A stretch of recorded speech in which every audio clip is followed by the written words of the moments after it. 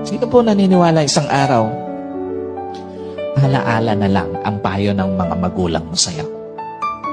At sino po naniniwala, isang araw, yung nanay na kasama mo ngayon, maaaring katabi mo ngayon, yung tatay na kasama mo ngayon, isang araw, aalalahanin mo na lang din. Hindi kayo forever na magkasama. Kaya nga, lahat ng magulang hanggat kasama pa yung anak, gagawin ng lahat. Ipapayo lahat ng mabuti, paaalalahanan ng anak kasi alam niya, isang araw, iiwan niya yung kanyang mga anak. Isang araw, hindi lang payo ng mga magulang mo ang magiging alaala. Kahit magulang mo isang araw, magiging alaala na lang sa buhay mo. Kaya nga napakapalad mo kung may magulang